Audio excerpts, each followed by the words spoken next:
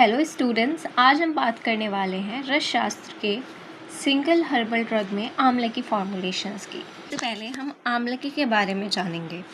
आमलकी, जिसका botanical name फाइलेंथस एम्बलिका है, उसे इंडियन गूसबेरी कहते हैं और it is a unique because it has 5, इसमें 5 रस होते हैं 6 में से। कौन सा नहीं होता है? लवण नहीं होता है और इसका वीर्य शीत होता है। इसके बाद मैं वो सारे पॉइंट्स कवर कर रही हूँ जो हमारे सिलेबस में हैं, तो एक भी पॉइंट आपका नहीं छूटेगा इफ़ आप इससे पढ़ रहे हैं तो।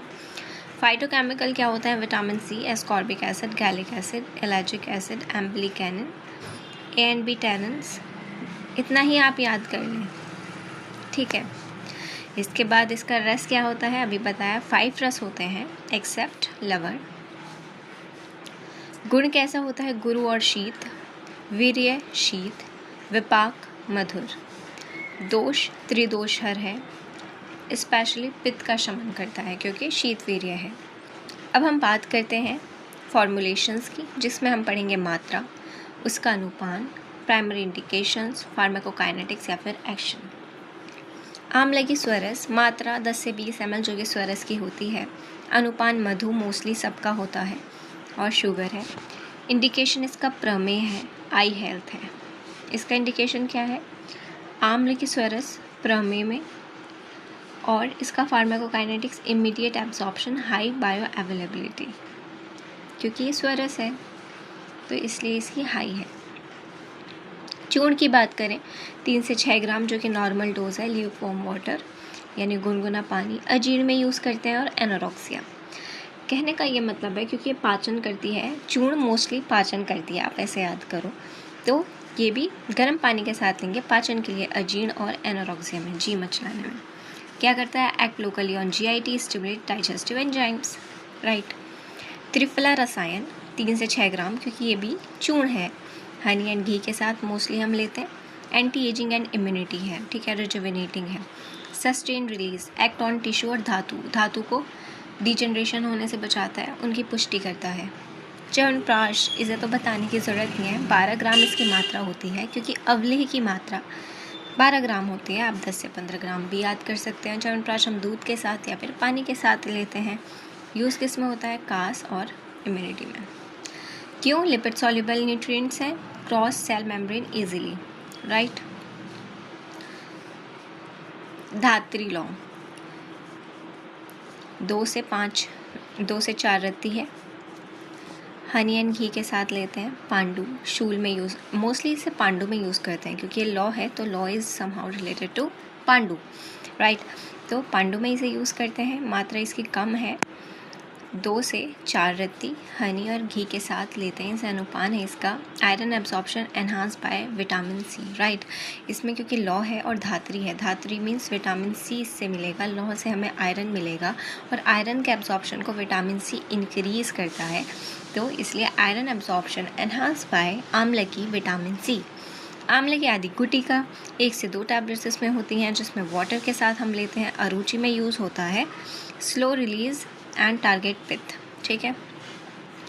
फल त्रिक आदि क्वाथ, तो क्वाथ है तो 220 से 40 ml लेंगे, हनी के साथ ले लेंगे। कामला जॉन्डिस और लीवर डिसऑर्डर्स में यूज़ करते हैं। वाटर सॉल्युबल है, फास्ट हिपैटिक अपटेक, ठीक है, जल्दी एब्जॉर्प्शन होता है। त्रिफला घृत वेरी इंपॉर्टेंट, 5 से 10 ग्राम। घृत की मोस्टली फॉर्मुलेशंस 10 ग्राम की होती हैं, चाहे वो कोई सा भी घृत हो, ब्रह्मी घृत हो या फिर एक घृत और होता है, फल करके होता है ना, फल घृत, हाँ, तो वो भी जो कि हमारा गर्भ धारण करता है, वो फल घृत। त्रिफला 5 से 10 ग्राम वार्म वाटर के साथ। नेत्र रोग में इट्स वेरी इंपॉर्टेंट कि ये एक अकेला ऐसा है जो नेत्र रोग में यूज़ हम कर रहे हैं। ऊपर हमने नहीं पढ़ा है कि कोई सा भी नेत्र रोग में यूज़ हो रहा था। क्यों? क्योंकि लिपिड है, क्योंकि घृत है तो लिपिड करेगा, जो मेम्ब्रेन को क्रॉस इजीली कर पाएगा। ये हम लिखेंगे सब में। अब ये लिखे हैं फॉर्मुलेशंस, अवस्था अनुसार यूज़ और इनका क्लिनिकल अपडेट्स। आप ये एक बार पढ़ लेंगे बस, बाकी जो हमने ऊपर पढ़ा है वो काफ़ी है।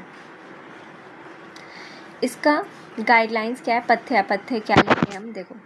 पथ्य क्या करना है हमें? लघु आहार का सेवन करना है, मिल्क, घी और मुदक खानी है, ठीक है, मूंग की दाल। अपथ्य में क्या करना है? स्पाइसी नहीं लेना है, सॉल्टी नहीं लेना है, खट्टे फ्रूट्स नहीं लेना है, धूप में नहीं बैठना है एंड वेग का धारण नहीं करना है। सेवन काल, जो रसायन होते हैं मोस्टली च्यवनप्राश, वो हम खाली पेट लेते हैं मॉर्निंग में। और जो डाइजेस्टिव पाउडर्स हैं वो टेकन आफ्टर मील्स, वो खाने के बाद लिए जाते हैं, ठीक है। दीपन खाने से पहले लिए जाते हैं, पाचन खाने के बाद, ठीक है, तो ये खाने के बाद लिए जाते हैं। काल मर्यादा क्या है? 1 से 3 महीने रसायन लेते हैं हम। एक्यूट कंडीशंस में 7 से 14 दिन लेते हैं। जहाँ आपको लगता है कि इसका काम एज अ रसायन है तो वहाँ 1 से 3 महीने उसे दिया जाता है, उस जो मेडिसिन है। और जहाँ पर आपको लगता है कि एक्यूट कंडीशन है वहाँ पर 7 से 14 दिन तक दिया जाता है। साइड इफ़ेक्ट्स, आंवले की जनरली तो सेफ़ होती है, लेकिन एक्सेसिव यूज़ ऑफ आंवले की चूर्ण क्या कॉज करता है? Mild throat irritation, loose stool, sensitive.